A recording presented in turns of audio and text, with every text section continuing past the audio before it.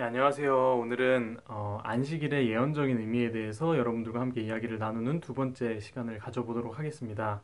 예, 지난 시간에 마태복음 12장에 나와 있는 일화를 소개를 드리면서 예수님께서 안식일 날에 밀밭에서 제자들과 함께 밀서리를 하다가 바리새인들이 걸렸죠. 그때 이제 바리새인들이 정죄를 하니까 거기에 대해서 이제 구약 율법을 차근차근 들어서 이 안식일의 의미에 대해서 설명해주고 계시는 그런 장면을 말씀을 드리면서 이 안식일을 지킨다는 게 무엇인지에 대해서 이야기를 해보았습니다.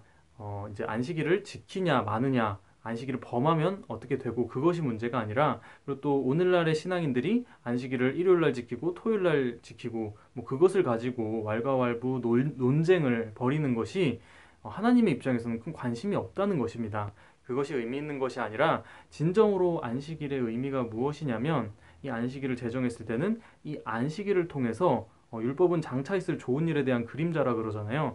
그 실체이신 이 메시아, 이 예수님께서 어떠한 모습으로 오시는지를 알아보고 이 예수님께서 오셨을 때 그 가르침을 온전히 내 마음속에 믿음으로 받아들여서 진정으로 이 안식일의 실체이신 안식일의 주인이신 예수님께서 가르침을 전할 때 그 가르침을 온전히 믿음으로 받아서 내 마음속에 예수님께서 거하시도록 만드는 것이 6일간의 삶에서 온전히 진정한 의미로 안식일을 지키는 것이다 라고 말씀을 드렸습니다. 네, 그래서 이 안식일의 그 의미를 제대로 모르는 상태에서 그냥 주일만 딱 지키고 그렇게 의미 없는 형식적인 신앙을 하는 것은 껍데기에 불과한 것이고, 네, 그리고 이 진정한 것은 이 예수님께서 안식일의 주인이라 그랬잖아요. 그러니까 이 주인이라고 하신다는 것은 거꾸로 말하면 이 안식일이라는 것은 종의 의미라고 볼 수가 있겠죠. 네, 그래서 이 예수님을 온전히 영접을 해야 된다. 그것이 안식일을 지키는 것이다. 라고 말씀을 드렸습니다. 자, 이 안식일의 유래에 대해서 조금 살펴보면 여호수아서 이제 23장에 보시면 하나님께서 모세에게 약속으로 주시기로 한 땅이 가나안 땅이었죠. 근데 그 가나안 땅이 다른 말로 안식의 땅이라고 이렇게 설명을 하고 있는 거예요. 네, 그 의미로 봤을 때 이 모세가 이 가나안 땅을 향해서 이 이스라엘 백성들을 애굽에서 끌어내서 이제 광야 생활을 하면서 지내잖아요. 그렇게 나아가는 그 40년간의 여정이 이 안식을 향해 나아가는 과정이고 이제 보여준다는 거예요. 보여주고자 하는 메시지가 있다는 것인데 그것이 바로 예언이라는 것이죠. 자, 근데 그것을 이제 사도 바울께서 이제 히브리서에 설명을 하고 계신 겁니다. 자, 히브리서 3장 이제 15절에 보시면은 자, 어, 오늘 너희가 그의 음성을 듣거든 경노하게 하시던 그때와 같이 너희 마음을 강팍하게 하지 말라라고 말씀을 하고 계시는 겁니다. 이것은 이제 초대교회 성도들에게 이 신앙의 자세를 이렇게 알려주고 일깨워주는 그 말씀이라는 것인데, 이것에 예를 든 것이 이 모세 때의 이스라엘 백성들의 그런 모습들과 같이 모세 말에 불순종했던 것처럼 그렇게 마음을 강팍하게 하지 말라는 거예요. 자, 그리고 4장 1절에 보시면 그러므로 우리는 두려워할지니 그의 안식에 들어갈 약속이 남아 있을지라도 너희 중에 혹 이르지 못할 자가 있을까 함이라라고 걱정을 하시는 건데, 이때 사도 바울이 초대교회 성도들의 신앙의 모습을 보고서 그 안식이 진짜 주어졌을 때 그것을 받아들이지 못해서 그것에 이르지 못했을지를 걱정을 하고서 권면하는 그런 내용이라고 하는 거예요. 그리고 그것과 동시에 예수님께서 제자들에게 나중에 다시 돌아오실 것을 약속을 하셨죠. 그때 신앙인들에게 말씀하고 계시는 예언의 말씀이기도 한 것입니다. 이것이 바로 성경이 말하는 예언의 기법이라고 하는 것입니다. 자, 그것을 통해서 진정으로 이 예수님께서 오실 때에 그 이스라엘 백성들이 광야에서 겪었던 일을 잘 기억을 해서 안식의 세계를 제대로 우리가 맞이해야 한다라는 것을 설명하고 있는 거예요.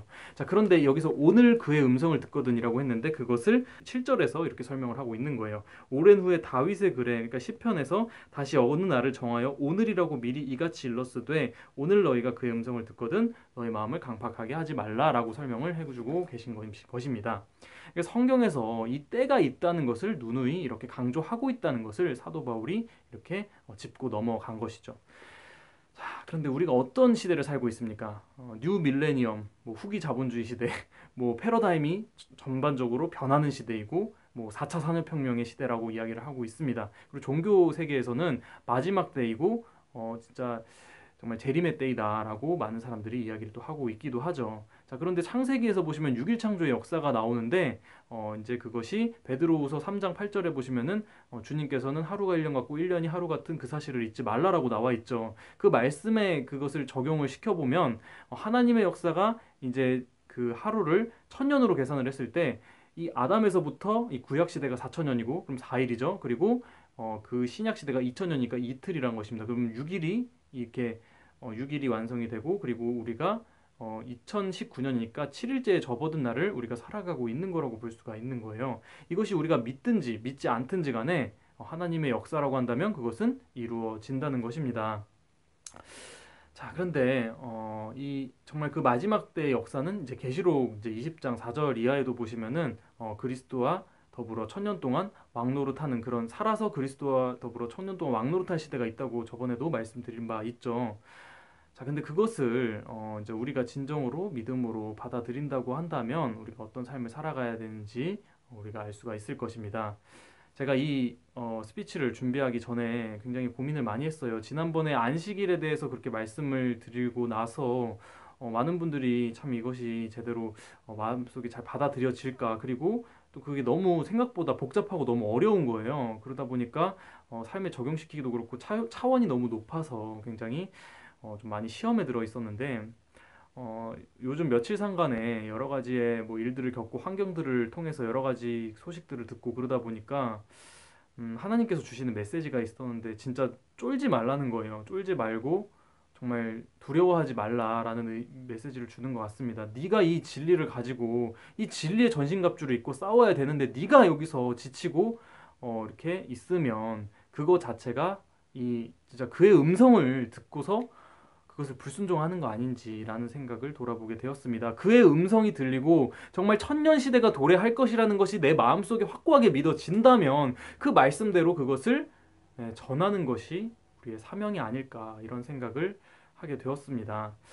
그것을 비추어 봤을 때 우리가 너무나도 진리를 가진 사람으로서 정말 너무나도 하루하루의 작은 것들에 조급해하고 연연해하면서 그의 역사를 이렇게 외면하고 쉽게 여기면서 살아가는 것은 아닌지라는 것을 근본적으로 돌아봐야 되겠다라는 생각이 들었습니다. 그러니까 우리가 마음이라는 것이 참 얼마나 어려워요. 마음을 참 내기도 어렵고 마음을 모으기도 너무 어려운데 성경에서는 그의 음성을 들으면 마음을 강팍하게 하지 말고 믿음으로 화합하는 일에 힘쓰라고 말씀을 하고 계신다는 것입니다. 그러니까 성경에서 말씀하고 계신다는 것은 하나님께서 뒤에서 지켜주고 있다는 것이고 천사들이 우리의 마음을 잘 화합할 수 있는 쪽으로 도와주고 있으니까 너희는 그저 그 말씀에 순종해서 잘 지키라 하는 말씀이 담겨 있는 것입니다. 저도 지금 잘 믿어지지는 않지만 이것을 전하는 과정을 통해서 제 마음속에 믿음을 더욱더 확고히 하려고 하고 있습니다. 그래서 마지막 시대에 진정으로 이 예수님께서 이게 오시고 이 땅에 진정으로 그 역사가 찾아왔을 때 그것을 온전히 실체를 알아보고 우리가 참 안식을 누려야 하잖아요. 그것을 통해서 이 말씀을 진정으로 드러낼 수 있는 저와 여러분들이 되었으면 좋겠습니다. 감사합니다.